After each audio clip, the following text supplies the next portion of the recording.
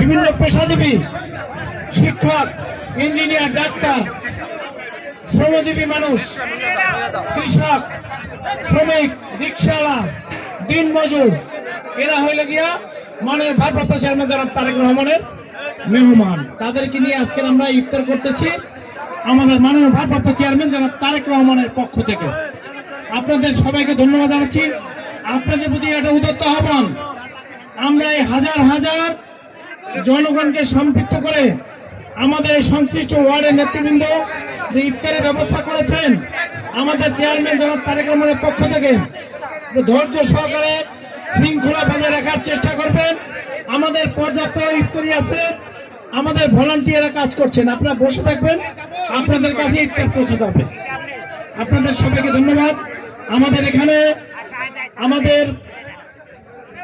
আজকের এই সভার সম্মানিত সভাপতি জনাব মনিরুজ্জামান খান ফারুক, মহানগর বিএনপির সম্মানিত আহ্বায়ক, এবং আমাদের এই বরিশালের আন্দোলন সংগ্রামে যিনি দীর্ঘদিন কারাভোগ করেছেন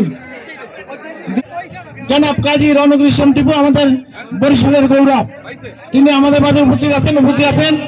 আমাদের সংগঠনের যারা নেতৃবৃন্দ আছেন তাদেরকে সবাইকে সালাম ও শুভেচ্ছা জানাচ্ছি। আপনাদের সবার সহযোগিতা চাচ্ছি আমাদের আজকের এই প্রোগ্রামটা সফল করার জন্য। এই পর্যায়ে আমি অনুরোধ রাখবো, যেহেতু আমাদের কেন্দ্রীয় নেতা তার অন্য এক জায়গায় প্রোগ্রাম আছে, আমাদের আহ্বানে আমাদের অনুরোধে তিনি আসছেন, তিনি আমাদের মাঝে বক্তব্য দিবেন এবং বক্তব্যে তিনি অন্য জায়গায় আবার অংশগ্রহণ করবেন। এই পর্যায়ে বক্তব্য রাখার জন্য আহ্বান জানাচ্ছি নির্যাতিত নেতা মৃত্যুঞ্জয় প্রাণী উপস্থিত হয়েছেন।